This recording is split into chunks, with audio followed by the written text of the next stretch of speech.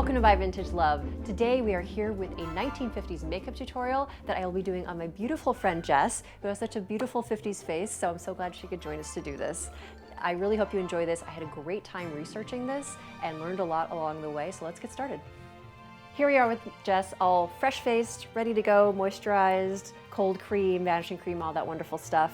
And I think the 50s were actually kind of an exciting time for makeup because during World War II there was this forced austerity, forced minimalism because cosmetics weren't as available and you weren't kind of expected to wear as much cosmetics. And then the 50s came around and, you know, the women kind of stepped back from the workforce. Bam. Yeah, and they were expected to get married and have a family and basically just be these perfect domestic goddesses. And of course that meant, you know, perfect hair, perfect makeup, a full face every day. And also the cosmetic companies were able to start producing makeup in a way that they hadn't been able to do before. R&D, lots of new colors, lots of new products, all of these things. So I think in that way, the 50s was a very interesting time for makeup. So let's get started. And one of the things that was actually invented in the 40s was pan stick makeup. Pan stick makeup was invented by Max Factor, and it came after pancake makeup, and it was just an easier way to put on makeup, and it was made to account for the new film stock and the new film lighting, and then it was brought to the general public. So this was actually made in 1947, and I found pan stick on Amazon. You can't get Max Factor in the US anymore, but I was able to find some on Amazon. Like 9 or 10, about 12 colors I think are available right now. The texture of this is beautiful. It's smooth, it's creamy. The colors are weird. The lighter colors are a little more skin-like, I'd say, but the deeper colors, and they don't even go that deep, get weird. They go very orange or very pink. So if you want to try it out, just go in knowing that. It's kind of a weird product. I really would love it if they would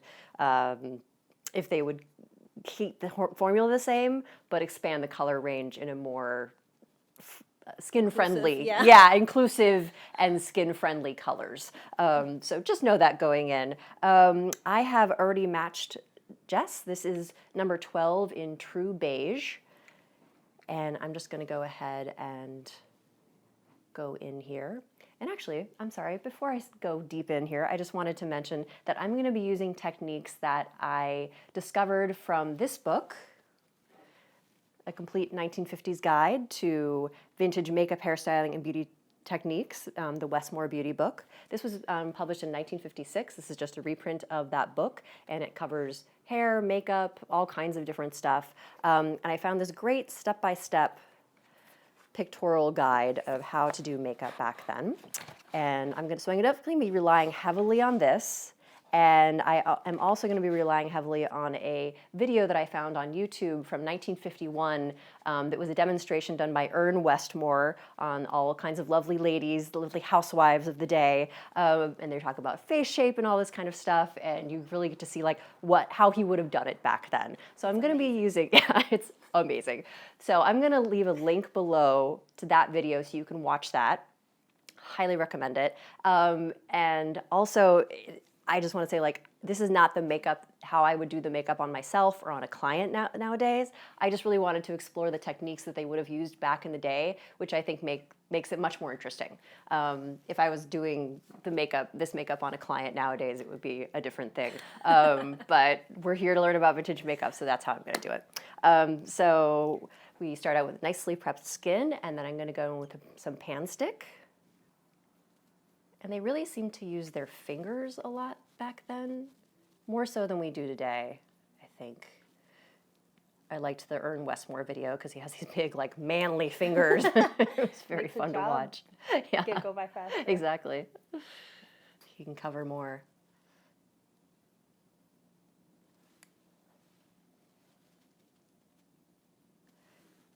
I just really enjoyed researching these because, I mean, like I said, there's the way that I would do it now and would probably get us to roughly the same end look, but it's really interesting to, you know, there's more than one way to skin a cat and to see how they would have done it back then to get basically to the same place is really interesting to me. Yeah. And they would also try and there's lots of talk in the books about trying to sculpt your face with foundation and with powder too, which I found very interesting. Because they were all like, everyone has to have an opal face, That was the most important thing about the 50s in general, and with makeup too, was conformity. This is the right way to do things. This is the wrong way to do things. This is the perfect face shape. Exactly. Life is not complete unless you have a perfectly opal face, and your lipstick matches your nails, and I think that was what happened. And then the 60s, everyone just went, screw that. We're gonna turn that way for me. And then the 60s, the pendulum swung the other way, because that's what always happens with history. Oh, yeah. But that's why fashion and beauty history is interesting, because we think of it as being, I think in the larger picture, historians wouldn't think it was very important, but it's always reflected. Nothing happens in a vacuum, and everything is always reflected back, even in the smallest things. Of course. And that's very interesting to me. And in that Westmore video, which everyone should definitely watch. Yeah. The makeup artist looks like he's slapping that woman's face. Oh my God. Yeah. It's pretty funny. Big beefy hands just going in there.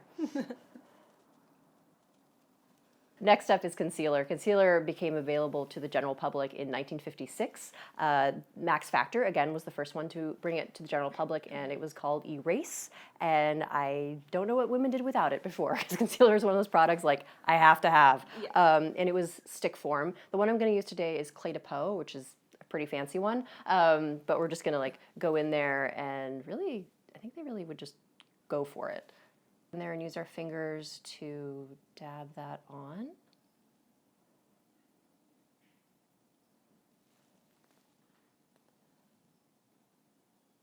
I'm often I think in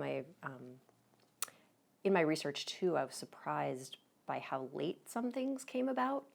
The fact that concealer didn't become available to the masses till 1956 was what?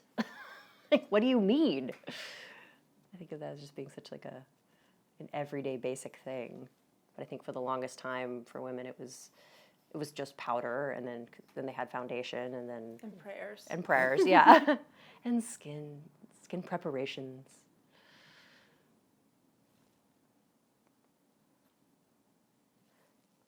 And if I was doing this, like I said, this is different than I would do if I was normally doing this on a client. Nowadays I would be using a brush, but I think it was much more about fingers back then. I think the thing about the 50s is that, in the 40s it was more about, just looking like the girl next door, and, rosy cheeks and maybe a red lip, and, just make him look like the girl that he left when he went off to war. And the 50s was all about, screw that. We could be artificial. We could, make yourself look as good as humanly possible, and even if that's artificial, that's okay.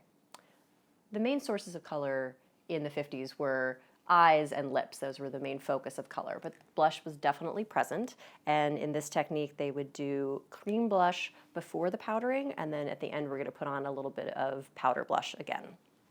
So this is Laura Mercier in Oleander. Any cream blush is great. You don't need to go too crazy with the blush. It's really just to give a little life to the face, because as you're going to see in a minute, we're going to put a lot of powder on Jess. So I'll be ready for Drag Race. Yes, you'll be fully ready for Drag Race.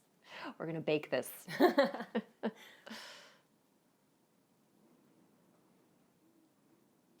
So we have a little whisper of color here on the cheeks, and we're good to go.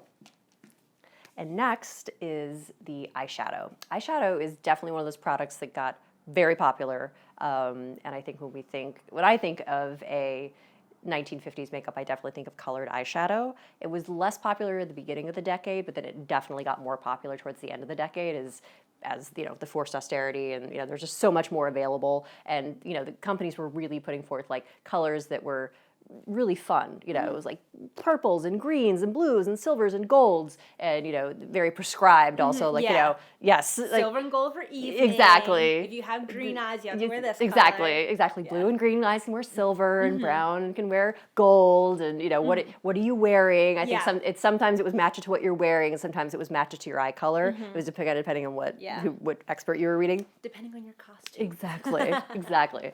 And in the funny thing is in the video with Westmore, he says like the only eyeshadow colors he considers appropriate or needed is brown and gray blue. And I don't know why that was necessarily what they thought, but there you go. Yeah. But it definitely got more acceptable. And in the book, they say something about like, again, they're like, you know, you only need natural colors, brown, gray blue, or blue. And I don't know why blue falls into natural, but maybe because they're eye color? Maybe. Yeah, it was very interesting. So let's see, what should we do? Because you have on gray and red. So maybe like a blue-gray would be fun? Okay, let's try that. This is the Viseart Grand Pro palette in number 1. I've used this in other videos. This is a great, great palette. Amazing just for great, bright, saturated, matte colors. This is you know, really you just need this and their number 3 palette and you're really good to go. So I'm going to use this color here, this gray blue color. I can't tell you the name because it's not listed, but this color. They probably would have used their fingers, a lady at home. They didn't seem to have a lot of brushes back then. I think the only, in the book, it does show her putting it on with her fingers. In the video, he does use a brush, but it's this like massive brush. It's like that big. So yeah, I think professional makeup artists would have had brushes. Ladies at home mostly were using their fingers. Yeah.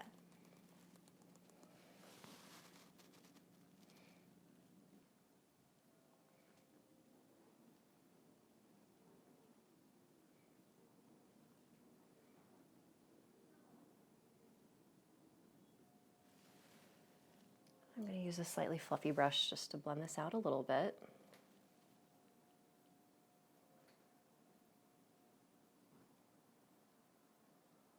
So I'm saturating the brush with color and then I'm tapping off the excess, which is very important and something I always do. So I'm just blending out the color that I laid down on Jess. I like the shape of that brush. It's nice, right? Yeah. Yeah. This is a brush from Smith Cosmetics. Ooh. Yeah. This is an eyeshadow brush from Smith Cosmetics. Amazing makeup line, amazing brush line. Highly recommend them. Use them in almost every makeup application I do.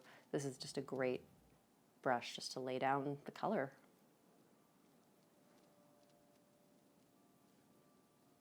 It's not often I get to put blue eyeshadow on people, so this is pretty fun.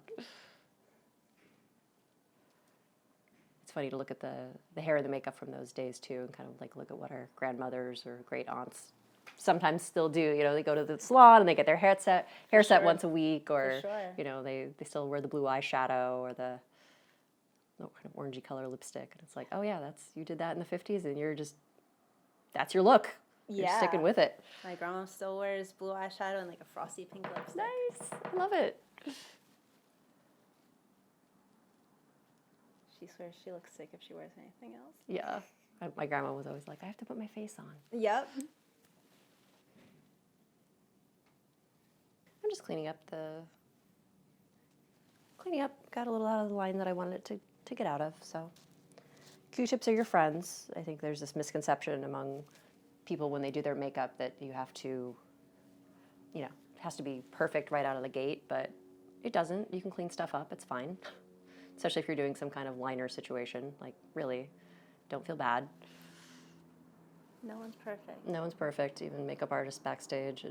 You know, Fashion Week, we go through a lot of makeup remover and Q-tips, so if you need to do that too, no shame in your game. Okay.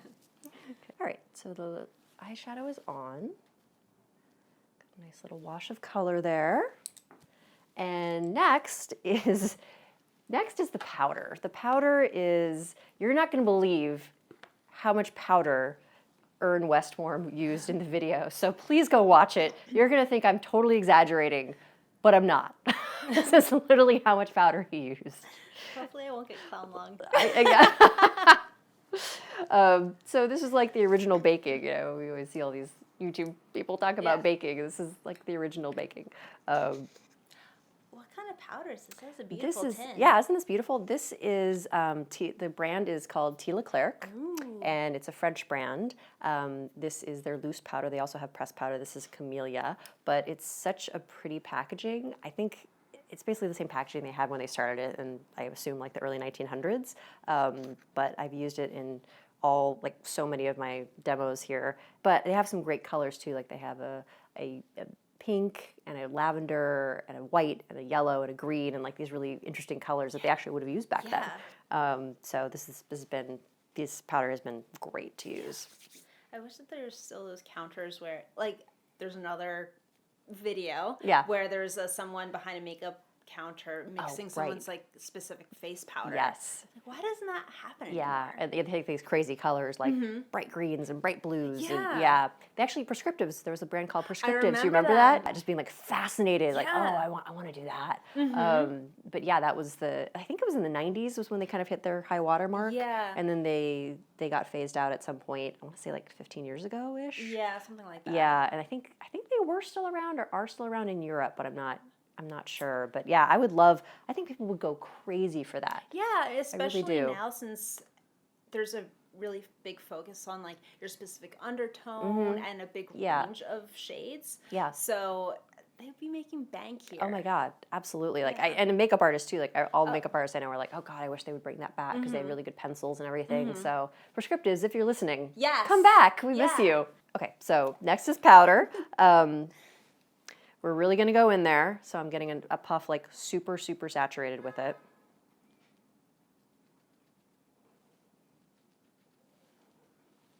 Oh God. So look up. So we're going to go under the eyes first.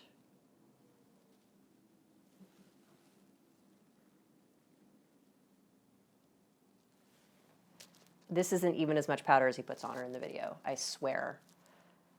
It's crazy. It's legit crazy.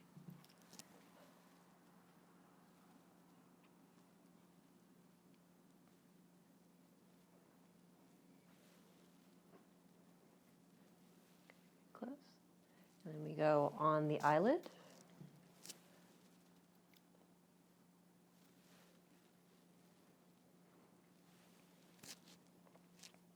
He does say in the video that any feature that you don't want to emphasize, that should be the last place that you powder. But I don't think there's any place on Jess's face that we need to de-emphasize, so.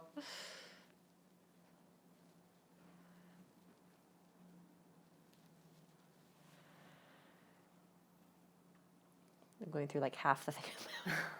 All I can think is how much powder did they go through back then? Oh my gosh. Did they just have vats of it? Probably. Yeah.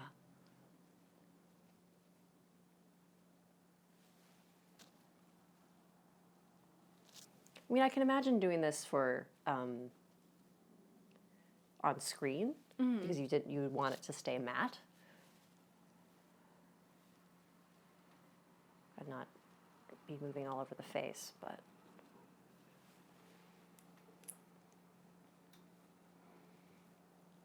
This powder smells really nice, though. Good. Yeah, I wish I had bought more of it when I had the chance. It's so nice.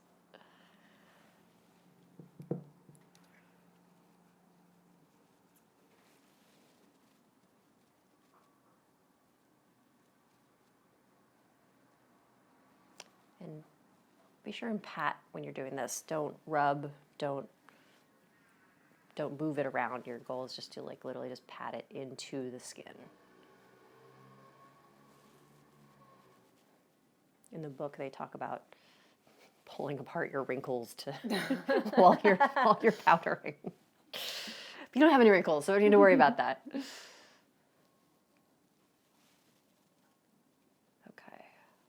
make sure we got some on the neck here.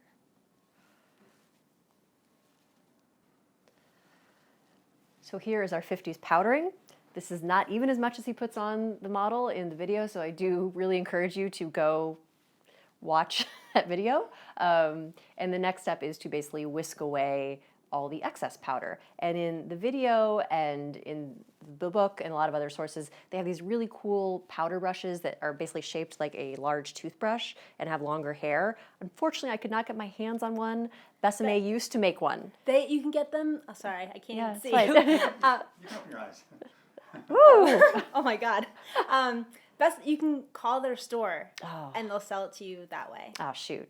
I literally thought about doing that like 2 days ago because I couldn't find online anywhere, but then by that point it was too late. They sell in their actual stores. Okay. So, Next time, I'm going to get my hands on one, guys. But for now, we're just going to brush away the excess with the Senna powder brush. I don't know why they don't sell it online anymore. I don't know why either. And I couldn't find it anywhere. Yeah. I mean, I did a deepest dive as I could, and it was just like not to be found. I only found out that recently that there's certain items that they're in-store exclusives. Oh, okay. I'm surprised they don't have that on the site either. Yeah. You know, like, hey, give us a call if you want to buy this. Yeah. I got mine from when Besame used to sell in Sephora years ago. Oh, I didn't even know they sold in Sephora. It was short-lived. Yeah. Oh God, they survived. Some brands go into Sephora and don't survive. So. Yeah. Look up for me.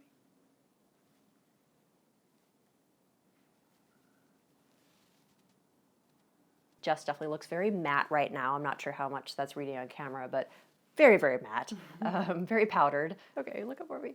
So we're going to remove some of the excess powder from underneath the eyes using just a cotton swab. So now we begin the process of removing the powder that we put on to a certain extent.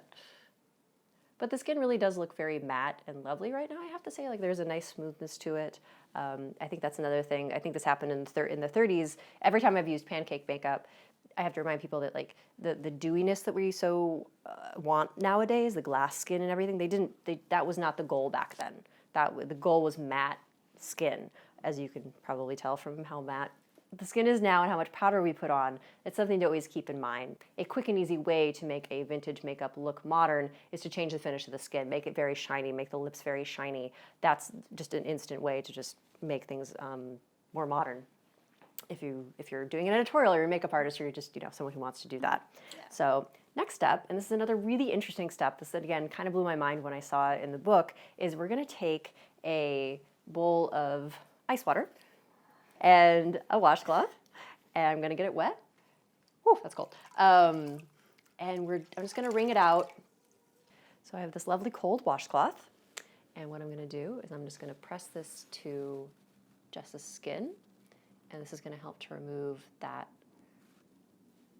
last layer of powder and give a little more life to the skin. When I first saw this technique, I was like, oh my God, it's going to make it cakey and gross, but it actually doesn't. It really gives a little more life to the skin because the powder has kind of absorbed too much light and too much life. And you want to you can see I'm patting it. Do not rub. Do not move it around. Literally just pat.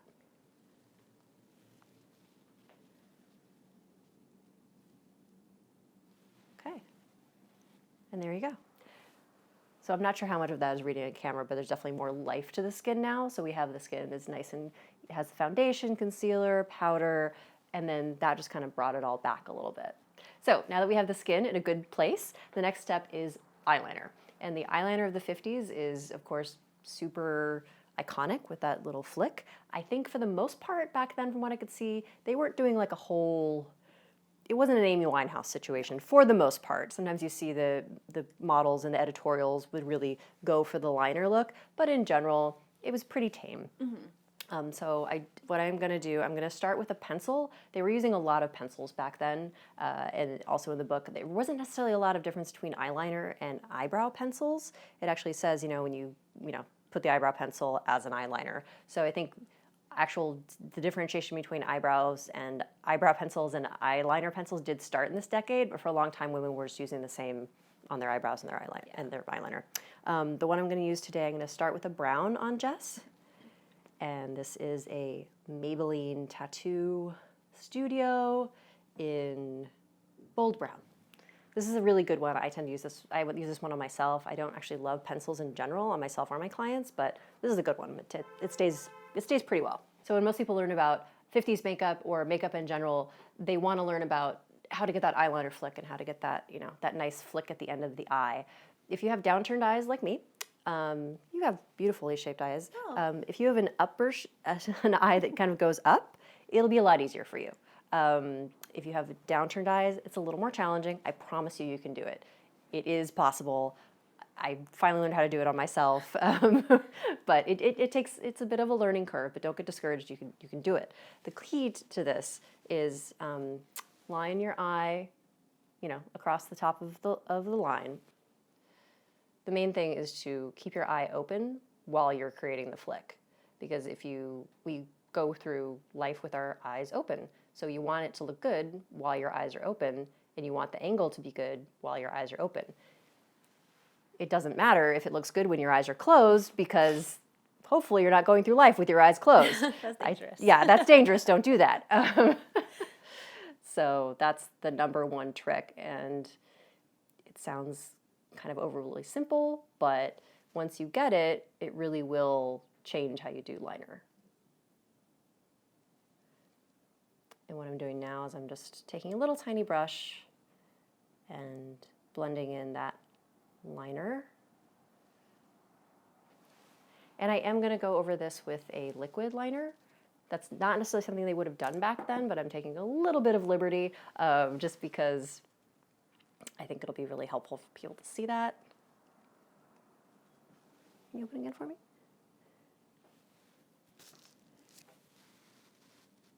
Like I mentioned before, it's okay to start with a line, and if it doesn't work, go ahead and move it. Take a tiny Q-tip, put it in some micellar water, some makeup remover, and go in there and redo it. It's totally fine. Because as we all know, everyone who's tried to do liner before, one eye looks perfect and the other eye's all wonky. So you really have to be okay with taking the time to making them look even. Another really good trick for doing eyeliner is to take a picture of yourself. If you can take a selfie of yourself with your eyes open, just looking dead ahead, the picture will be able to let you see stuff that your eye can't see in a mirror. So that's another really good trick. And if you're doing it on someone else, if you're a makeup artist or you're doing a friend's makeup, take a picture of it, and it's really easy to see. You'll be like, oh, I totally didn't see that, and now I can. Yeah. We do that backstage sometimes. Or have someone else come over and be like, tell me what's wrong with this, because I can't see anymore. I've done that so many times. So we're going to do the other eye now with the pencil. So I'm starting in the inner corner.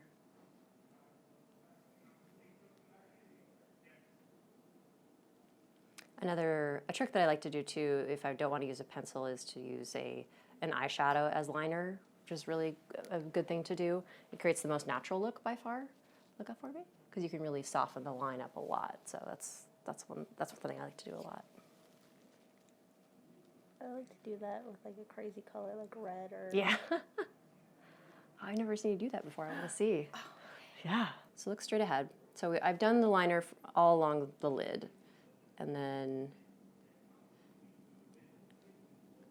as Jess is looking straight ahead, that's when we're going to draw our line, because that's what we want to look good. Open. Look down. And then once you kind of have the general look of the liner, or the general way it's supposed to go, then you can look down, look up, and kind of zhuzh it. But get that initial line good while you're looking straight ahead, and then blend it in. Open. Great. So we ended up with a little more drama on her right eye, so I'm going to match that on the left eye now too. And sometimes, as this very often happens with makeup, you just kind of have to go with what the makeup is telling you that day. Sometimes it's really good to create the line, like I said, with powder shadow, because powder shadow is so much more easy to manipulate in terms of just, going in there with a Q-tip and everything. And then you can go in with your liquid liner and get that final shape down. So I'm gonna add a little bit underneath the eye. I think adding liner underneath the eye definitely would have been a more evening thing, and mascara underneath the eye as well, but we're gonna push the boat out just a little bit because we're here, why not? And you always have to take into account where people have different size eyes. One eye is always gonna be bigger than the other, one lid is gonna drop down a little bit more than the other. So, just take that into account when you're doing your liner. You're not all exactly the same on both sides, that's just the way we are. So you might have to make one line thicker or longer to kind of give it the appearance of being the same, and that's totally fine. So I mentioned before that I'm gonna be using a liquid liner just to give this a little more oomph, and I just wanted to show you guys kind of what I like to use.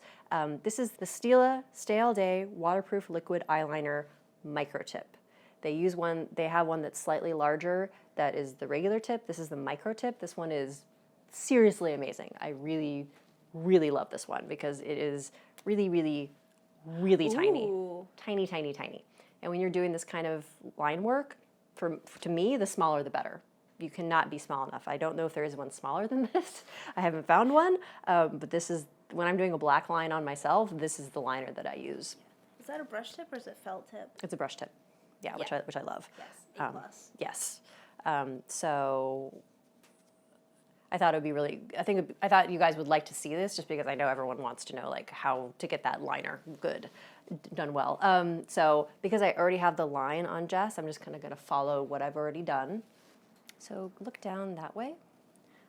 It's a really good way to get into the inner corner, is to have you or your subject look down in the opposite direction because it frees up that little space. Okay, so I am just going to be tracing that line that I put down before. Even if I am doing a liquid liner on myself or a client, I virtually always put down eyeshadow as liner or pencil as liner before, because you don't want to get any gaps between the liner and your lashes. You always want it to be, fully made up there. So I find that doing that, adding that first layer, really helps to make sure those lines are filled between your lashes, and also just helps with longevity as well. It just gives the lashes a thicker look, which is always good. And black liner is, he does mention in the video, unless you're very dark haired, use brown liner, otherwise it's vulgar. I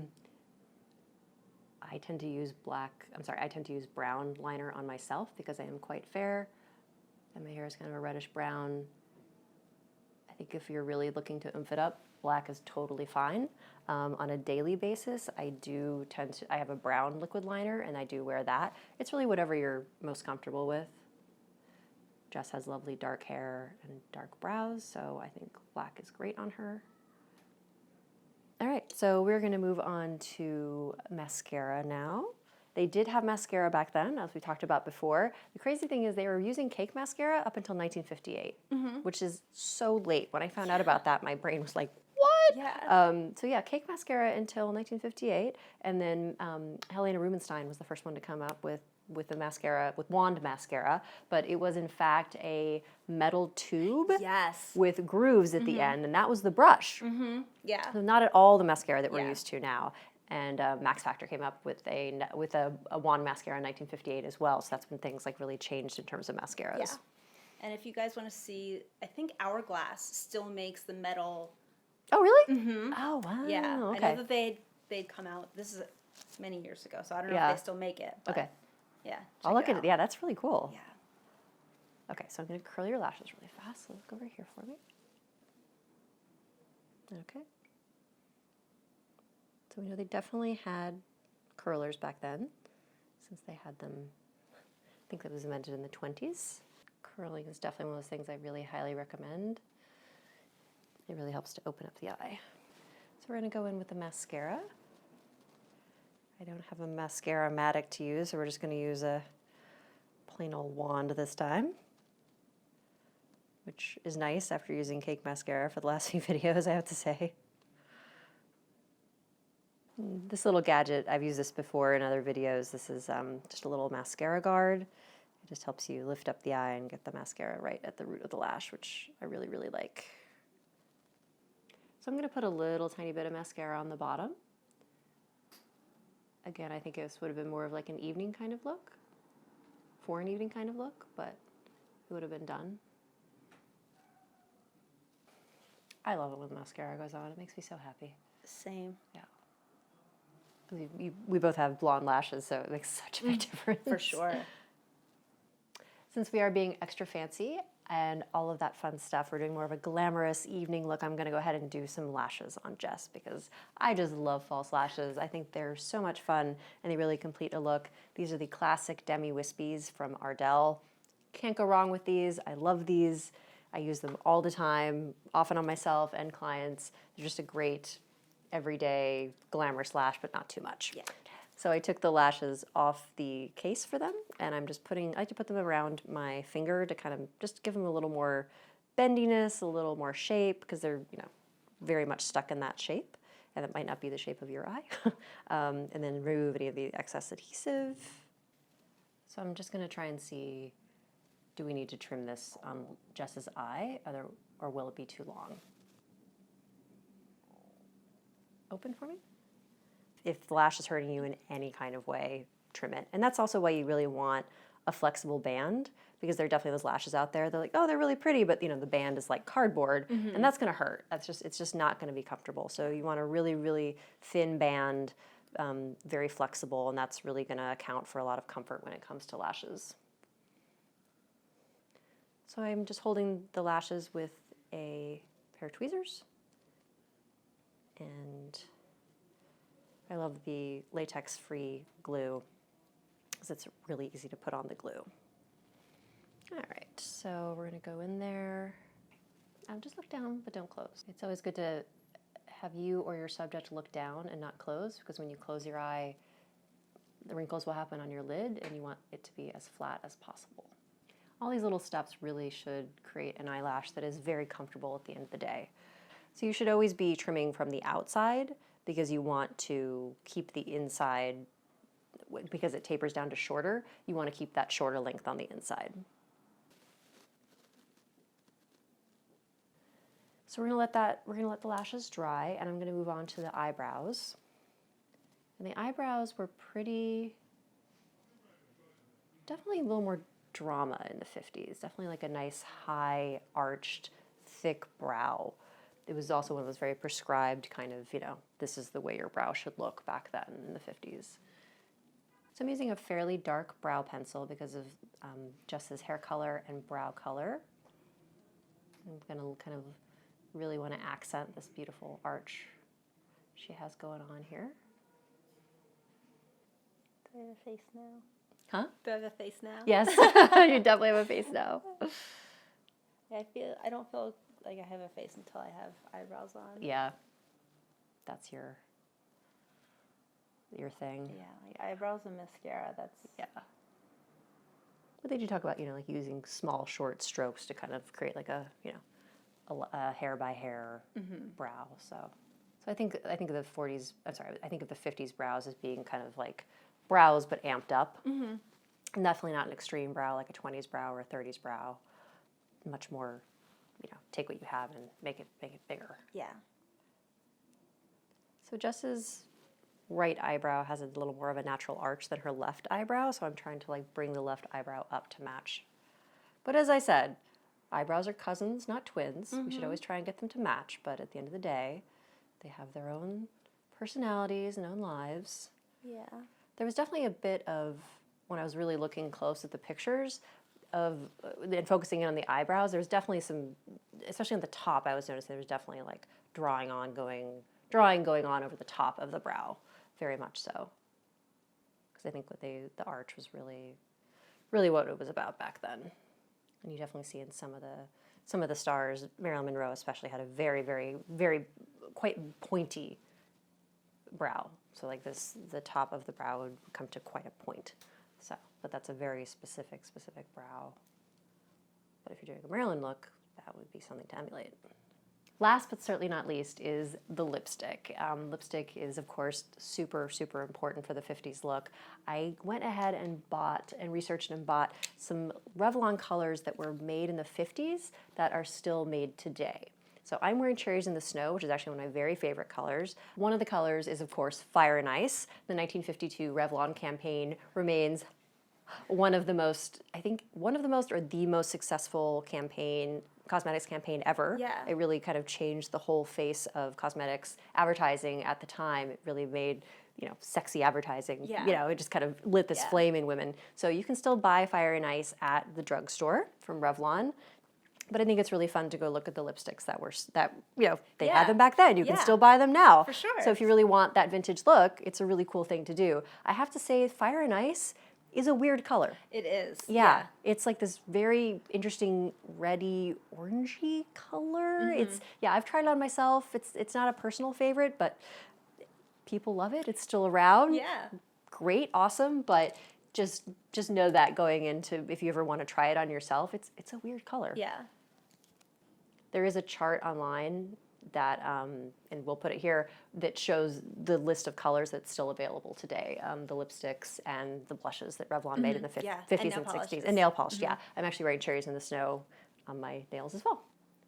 So the next step with lips is the shape. And the shape in the 50s was definitely kind of like what you had, but enhanced. It wasn't as, like the 20s and 30s was kind of this more extreme lip shape. This was just more like, take what you got, amp it up a little bit, maybe outline it a little bit, but don't go too crazy. And one of these lovely little tools that I've found along my way of collecting is the Glamour Lips Hollywood Lipstick Applicator, which is a template for lipstick. And I thought we'd give it a try today because this was made in the 50s and it just looks like so much fun. So it comes in this great little container, and behind this little piece here is the instructions. Oh, the illustration's great. Yeah, this great little illustration here. And it gives you all the full instructions. So basically what we want to do is we're going to put the lipstick onto the metal part and then press it onto Jess's lips. So we're going to go ahead and use Certainly Red, which will be a lovely complement to her lovely nails and the red in her dress and her pin. So we're going to go ahead and put it on here. I'm trying to get a pretty good amount on there. You're really trying to just cover up the metal. Make it, a nice even layer.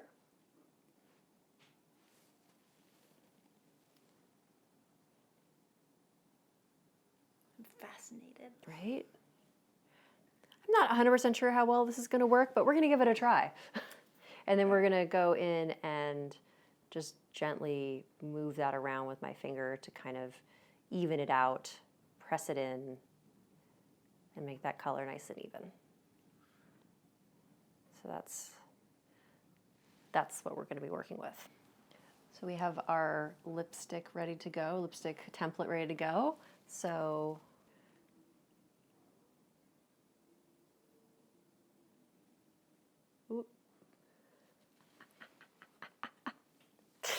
oh man. Yeah.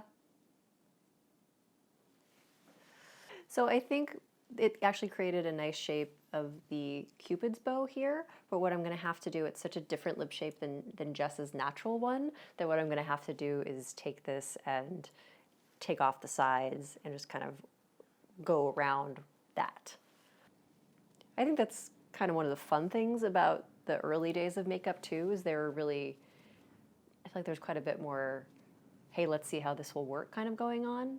I think like in the 50s, things definitely did get more codified, but they're still like throwing things out there just to see.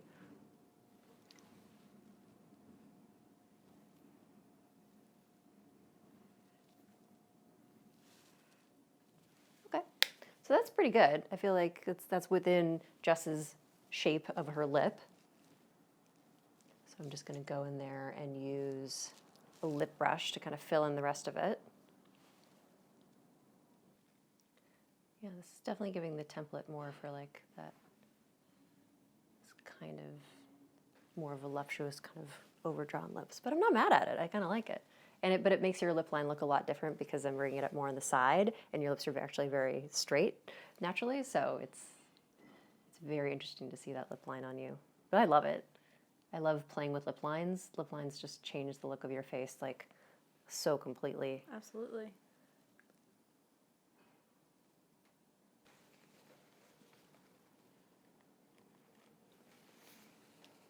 Nice.